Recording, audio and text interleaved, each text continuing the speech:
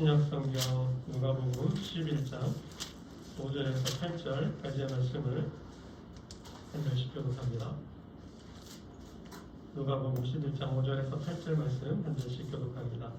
또 이르시되 너희 중에 누가 벗이 있는데 밤중에 그에게 가서 말하기를 벗이여 떡세 덩이를 내게 구워달라. 내 것이 너희 중에 내게 왔으나 내가 먹을 것이 없노라 하면 그가 아래서 대답하여 이르되 나를 괴롭게 하지 말라. 문이 이미 닫혔고 아이들이 나와 함께 침실에 누웠으니 그러나 내게 줄 수가 없노라 하겠느냐. 내가 너희에게 말하노니 이런 것 때문으로 인하여서 일어나서 주지 아니할지라도 그 간청함을 위하여 일어나 그 요구대로 주리라. 말씀 한 구절 더 보겠습니다. 요한복음입니다. 요한복음 본문 표시 잘 해두시고요. 요한복음 5장 보겠습니다. 요한복음 5장입니다.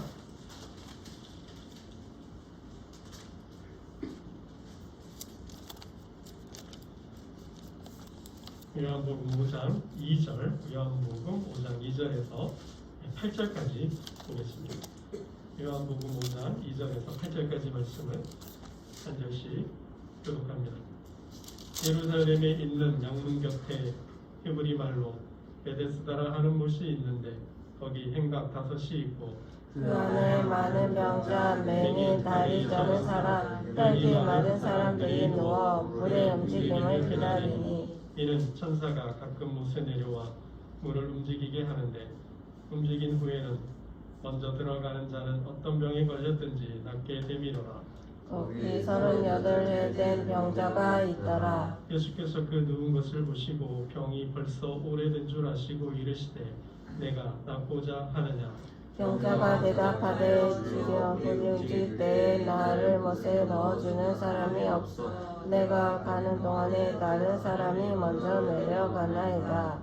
함께 읽겠습니다. 예수께서 이르시되 일어나 내 자리를 들고 걸어가라 하시니 아멘. 여러분 말씀 듣기 전에 구호 한번 외칠까요? 있을 때 잘하자. 있을 때 잘하자. 네, 옆 사람 보고 한번 건면도 해주세요. 있을 때 잘합시다. 있을 때 잘합시다. 네, 있을 때 잘해야 합니다. 사람이 살다 보니 가끔 상실의 경험을 합니다. 상실의 경험을 하는데요. 그래서 삶이 수수께끼. 그래서 삶이 유지경입니다. 근데 그 속에는 상실의 아픔, 결핍의 아픔, 부재의 아픔에는 그만한 이유가 있어요. 하나님께서 그 상실의 고통, 그 아픔을 통해서 교훈을, 깨달음을 주시고자 한다는 거예요. 그럼 상실의 고통, 상실의 경험을 통해서 하나님이 교훈을 주시는데 어떤 교훈이 있을까요? 그 교훈이 뭘까요? 있음의 소중함과 있음의 간절함입니다. 있음의 소중함, 있음의 간절함을 하나님께서 교훈하신다는 거예요. 여러분 개똥도 약에 쓰려니 없다 그러잖아요. 지금 뭐 개가 잘 없는데 예전에 보면 개가 막 돌아다니고 막 했잖아요. 그 개똥도 약에 쓰려고 그러는데 또 그때는 또 없어요, 그죠? 그런 거죠. 참 흔한 게 볼펜인데 막상 이렇게 메모 좀 하려고 딱 치면 또 안 보여요, 없어요. 그런 거죠. 하찮은 볼펜 하나지만 보잘것없는 개똥이지만 막상 쓰려고 보니 없어요. 부재해요. 결핍해요. 상실되었어요.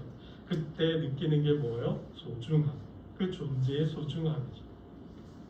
여러분 그래서 내 옆에 있는 우리 성도, 집사님, 권사님, 장로님 소중한 거예요. 굉장히 소중한 거죠. 그 한 분이 소중한 거예요. 그럼 지금 같이 몸을 부딪히며 사는 남편과 아내, 우리 자녀들 굉장히 소중한 거죠. 그 자녀의 없다고 한번 생각해 보세요. 그 가족이 없다고 생각해 보세요. 그 빈자리 얼마나 크게 다가오는지 모릅니다. 여러분 이스라엘 백성들이 전쟁에 패하고 나라를 잃었어요. 포로로 잡혀갔어요. 뭐 아수르로 끌려가고 뭐 바벨론으로 끌려갔죠. 그때 포로기 상황에서 포로로 살면서 그들이 무슨 생각을 했을까요? 무엇을 느꼈을까요? 나라의 소중함이겠죠. 나라의 소중함, 자유의 소중함, 나라를 향한, 자유를 향한 그 간절함을 여러분 배웠을 거예요. 특별히 더 나아가서 이스라엘 백성들은 하나님의 백성이잖아요. 하나님을 믿는 백성이잖아요. 그들이 무엇을 깨달았을까요? 하나님 말씀 잘 들을 것. 그 깨달은 거죠. 포로로 잡혀가서 하나님께서 이사야를 통해서, 예레미야를 통해서, 에스겔을 통해서, 하나님의 사람들 그 선지자를 통해서 계속해서 끊임없이 한결같이 외쳤던 게 뭐예요? 돌아오라라는 거죠. 리턴! 턴어라운드! 제발 좀 돌아서라! 제발 좀 돌아와라! 안 그럼 너희 망한다라는 거죠. 망했어요. 포로로 잡혀갔어요. 포로 생활하면서 그때야 비로소 하나님의 소중함, 그 말씀의 소중함, 그 믿음의 소중함을 깨달았다는 거죠. 그럼 우리는 뭔가를 상실하고 잃고 나서야 그 잃어버림의 있음의 소중함을 느낀다는 거예요. 그럼 사람의 어리석음이 바로 거기에 있는 거죠. 그럼 탕자는 어땠을까요? 아버지 집을 떠나서 멀리 타국에서, 죄송합니다, 생고생, 고생, 개고생 하잖아요. 했잖아요. 집 떠나서 개고생 했잖아요. 돼지 지역 열매 먹으면서 무슨 생각했을까요? 엄마가 차려주던 따뜻한 밥상 생각하지 않았을까요? 돼지가 먹는 그 밥을 먹으면서, 돼지밥을 먹으면서 엄마가 지어준 그 따뜻한 밥 생각했을 거예요. 멀리 타국에서 타향살이 하면서 그 아득했던, 따뜻했던 어렸을 때 추억이 담겼던 고향 생각했을 거예요. 그쵸? 아버지의 따뜻한 품, 아버지 품 속에 있었던, 아버지 안에서 살았던 그 삶, 아버지 생각했을 거예요. 그 가족. 누구 하나 찾아오는 이 없잖아요. 누구 하나 돌봐주는 사람 없잖아요. 누구 하나 위로해주고 격려해주고 보살펴주는 돌보는 사람이 없잖아요. 누가 생각나요? 가족. 가족밖에 없잖아요. 가족밖에 없잖아요. 집 나가서 개고생해보니 엄마의 따뜻한 밥, 아버지의 따뜻한 품, 그 가족 생각이 나는 거죠. 그래서 어떻게 해요? 돌아오잖아요. 가족 품으로 돌아오잖아요. 여러분, 때로는 우리의 삶에서 상실을 경험해요. 근데 그것이 꼭 나쁜 것만은 아니라는 거죠. 그 속에 뭐가 있어요? 메시지가 있어요. 교훈이 있어요. 의미가 있어요. 여러분이 상실을 경험하면서, 부재를 경험하면서 삶을 다시 생각하게 됩니다. 비로소 그때, 그 존재를 잃어버렸을 때, 그 무엇을 상실했을 때 우리는 그 존재에 대해서, 그 상실에 대해서 다시 생각하게 된다는 거예요. 인생이 뭐지? 삶이 뭐지? 제가 아는 교수님의 이야기예요. 어렸을 때 아버지가 교통사고로 돌아가셨대요. 9살 때쯤 돌아가셨대요.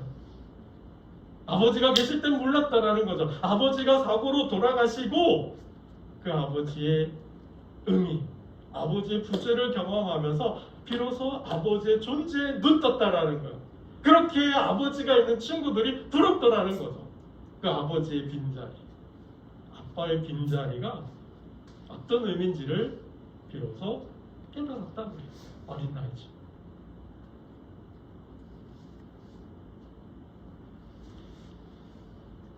여러분, 여러분에게 지금 가장 소중한 게 무엇입니까? 지금 나에게 가장 소중한 것, 돈입니까? 지식인가요? 사람인가요? 나를 낳아주신 부모님, 내가 사랑하는 남편, 아내, 우리 자녀들, 친구, 부모님, 뭐 사업이십니까? 내가 아니고 꿈꾸고 있는 그 비전이십니까? 취업하는 거? 결혼하는 거? 소중할 수 있습니다. 그쵸? 다 소중해요. 다 필요해요. 근데 그거보다 돈보다 지식보다 사업보다 취업하고 결혼하는 것보다 더 소중한 게 있어요. 이것들보다 더 소중한 게 있어요. 여러분 볼까요? 생명. 뭐라고요? 생명이에요. 목숨이에요. 목숨. 우리가 숨쉬고 호흡하고 눈 떠보니 아침이고 그리고 출근하고 퇴근하고 밥 먹고 그냥 일상의 삶을 살지만 그게 뭐예요? 생명이죠. 삶이 생명이죠. 살아있으니 사는 삶이죠. 삶에 매몰되어서 살다 보니 생명을 잃어버립니다. 그 소중함을 잃어버립니다. 그래서 감사가 없죠. 소중함을 잃어버렸어요. 감사가 없어요. 그럼 한번 죽음 앞에 서 보세요. 죽음을 느껴보시고 죽음을 한번 경험해 보세요. 어떤 느낌일까요? 여러분 죽어가는 사람에게 가장 소중한 게 뭘까요? 죽어가는 사람에게 가장 소중한 거 맛있는 거 먹는 걸까요? 돈일까요? 대통령 되는 걸까요? 내가 뭐 삼성에 들어가는 거? 하버드 대학교 가는 거? 죽어가는 사람에게 그게 무슨 소용이 있어요? 무슨 필요가 있어요? 여러분 죽어가는 사람에게 가장 소중한 건 생명이죠. 생명, 목숨.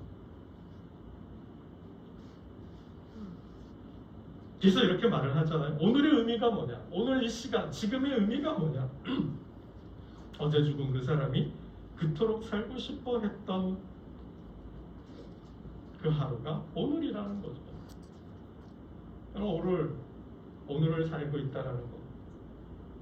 오늘 이 시간, 지금 바로 여기에서 하나님을 예배하고 있다라는 것. 이것이 하나님의 은혜인 줄로 믿습니다. 이게 삶의 감사인 줄로 믿습니다. 생명보다 소중한 것은 없습니다. 생명이 제일 소중한 것이에요.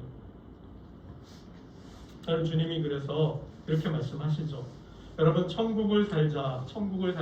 2024년 교회 표어가 천국을 살자. 여러분 천국을 산다라는 게 뭘까요? 생명을 귀하게 여기라는 거예요. 이게 핵심 포인트예요. 이게 핵심 메시지입니다. 핵심 말씀은 생명을 귀하게 여기자. 이 목숨을 하나님 주신 생명을 소중하게 여기자. 여러분 이겁니다. 다른 거 없습니다. 여러분 주님 말씀하셨잖아요. 천하보다 귀한 게 있어요. 천하보다 귀한 게 뭘까요? 생명이죠. 생명. 사람의 천하를 얻고도 제 목숨을 잃으면 무엇이 유익하냐. 여러분 생명하고 대통령 자리하고 바꾸시겠어요? 여러분의 생명하고 제국의 황제의 자리하고 바꾸시겠어요? 여러분 진시황이 중국을 통일하고 뭐 했어요? 불로초 구하러 다니잖아요. 늙지 않는 약 좀 구해오라 그러잖아요. 안 죽을 약 좀 구해오라 그러잖아요. 천하를 제패했는데 뭐가요? 죽음에 대한 공포. 살고 싶다라는 거죠. 그럼 그게 인간이죠. 천하보다 제국보다 중요한 게 생명이에요. 여러분 그 생명 귀하게 여길 줄 알아야 돼요. 소중하게 여길 줄 알아요. 여러분 비유적으로 이런 거죠. 우리가 차를 타고 다녀요. 차 타고 다닐 때는 잘 몰라요. 그죠? 싱싱 잘 달리니까. 싱싱 잘 다니던 차가 도로의 한복판에서 한번 멈췄다고 생각해 보세요. 그때서야 우린 뭐요? 차 좀 잘 관리할걸. 차 좀 정비 좀 잘 해볼걸. 그런 거죠. 그런 거. 사람이 무엇을 주고 제 목숨과 바꾸겠느냐. 여러분 주님이 많은 비유들을 하셨어요. 누가복음 15장에 보면 이런 양 비유를 하셨고, 이런 드라크마 동전 비유를 하셨고, 이런 아들 탕자 비유를 하셨어요. 이 비유를 통해서 주시는 핵심 메시지는 뭘까요? 생명의 소중함. 생명의 소중함이죠. 여러분 그 생명을 위해서 주님은 십자가에서 자신의 생명까지 희생하셨잖아요. 그게 우리 생명이에요.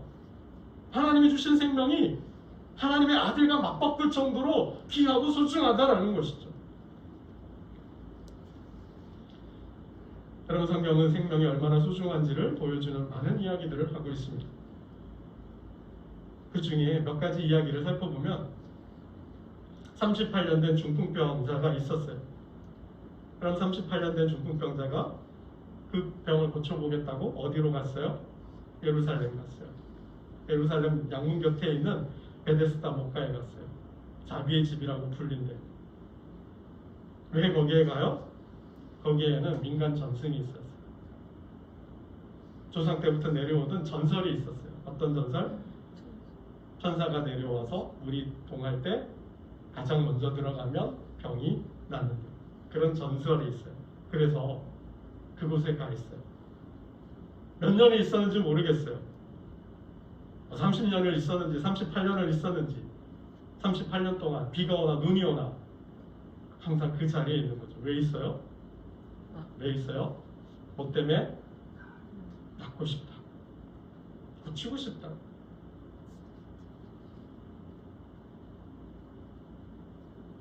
여러분, 그 병자의 마음이 뭘까요? 느껴지시나요 좀?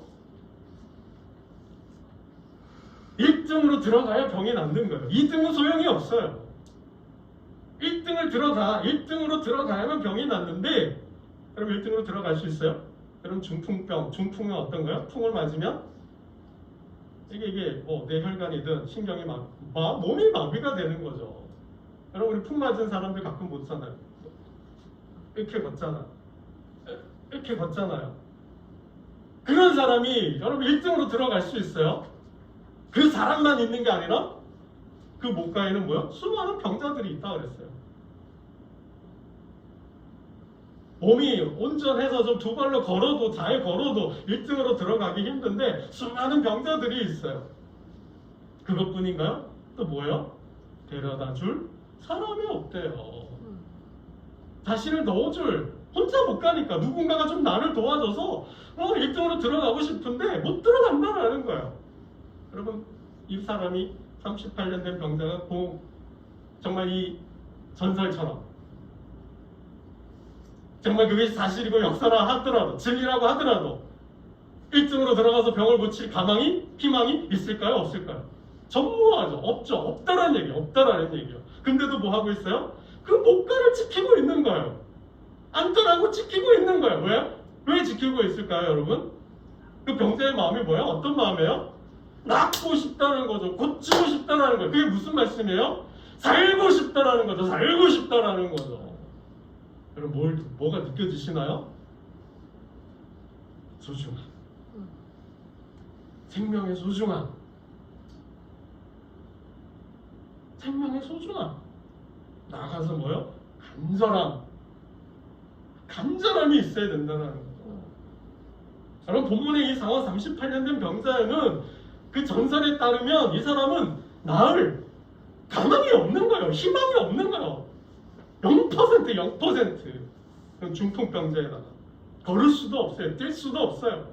데려다 줄 사람도 없어요. 수많은 병자들이 있어요. 희망 빵 퍼센트인데도 있어요.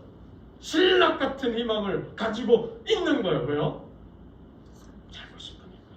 여러분, 그게 생명이에요. 그래서 생명은 모질다 그러죠.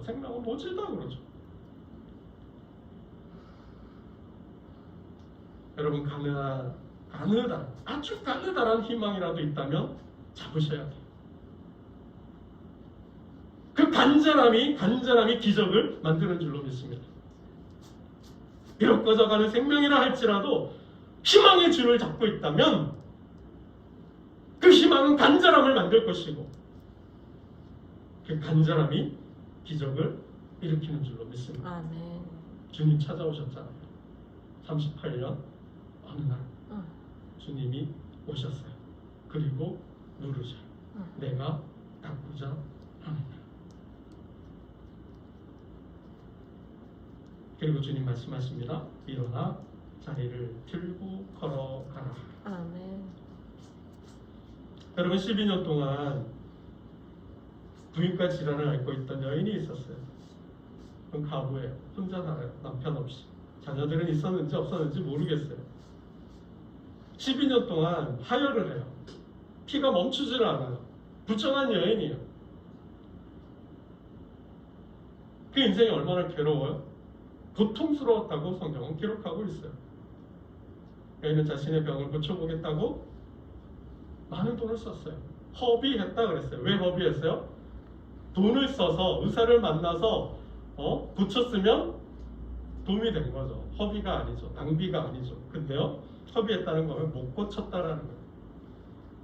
부자였는지 가난했는지는 모르지만 있는 돈 없는 돈 다 끌어다가 병을 고쳐보려고 했지만 명이랑 다 찾아다니며 만났지만 못 고쳤다는 건 아무런 효험이 없었다고 합니다. 포기했을까요? 청춘을 병과 씨름하리라고 다 허비한 거예요. 누가 그 인생, 누가 그 청춘 보상해 줄 수 있겠습니까? 괴로워요. 여인이 포기했을까요? 여인은 포기하지 않았어요. 여러분, 많은 돈보다 무엇이 소중한가요? 이 혈루증 여인이 이 이야기가 말하는 메시지가 뭘까요? 돈보다 뭐가 더 소중해요? 생명이 소중하다라는 거죠. 많은 돈을 쓰고 많은 의사를 만났지만 또 다른 의사를 만나고 또 다른 의사를 찾아가고 또 다른 의사를 찾아가는 거예요. 왜요? 그 마음이 여러분 느껴지시나요? 그 마음이 어떤 마음일까요? 살고 싶다. 내가 생명은 소중하니까. 돈보다 소중하니까. 비록 청춘을 보내도 생명은 소중하니까. 그 생명에 대한 간절함이 기적을 만듭니다. 예수님을 찾아오죠. 그리고 예수님 뒤로 갑니다. 그리고 예수님의 옷자락을 잡습니다. 그때 여인은 이렇게 생각합니다. 내가 그의 옷에만 손을 대어도 구원을 받으리라. 내가 그의 옷에만 손을 대어도 구원을 받으리라. 오직 하나님만을 의지하는 거죠. 여러분, 오직 하나님만 의지하는 저와 여러분 되시기를 주님의 이름으로 축복합니다. 아멘. 제가 서울에서 부교육자 생활할 때 성가대를 지휘했던 안수 집사님이 계셨어요. 그분이 비뇨기과 질환을 앓고 있었고 암 판정을 받았어요. 의사 선생님이 담임 목사님 그러셨어요. 그분 결국 돌아가셨는데 이런 말씀하시더라고요. 저한테. 왜 기도원 가서 기도 한번 하지 않아? 그렇게 기도 좀 해보시라고. 새벽을 좀 해보시라고. 의사는 안 된다고 말하지만, 세상은 안 된다고 말하지만 혹시 아냐, 하나님 도와주실지. 그래서 이분이 짐을 싸서 기도원에 갔어요. 하루가 멀다 하고 그냥 내려왔어요. 기도한다고 되겠어?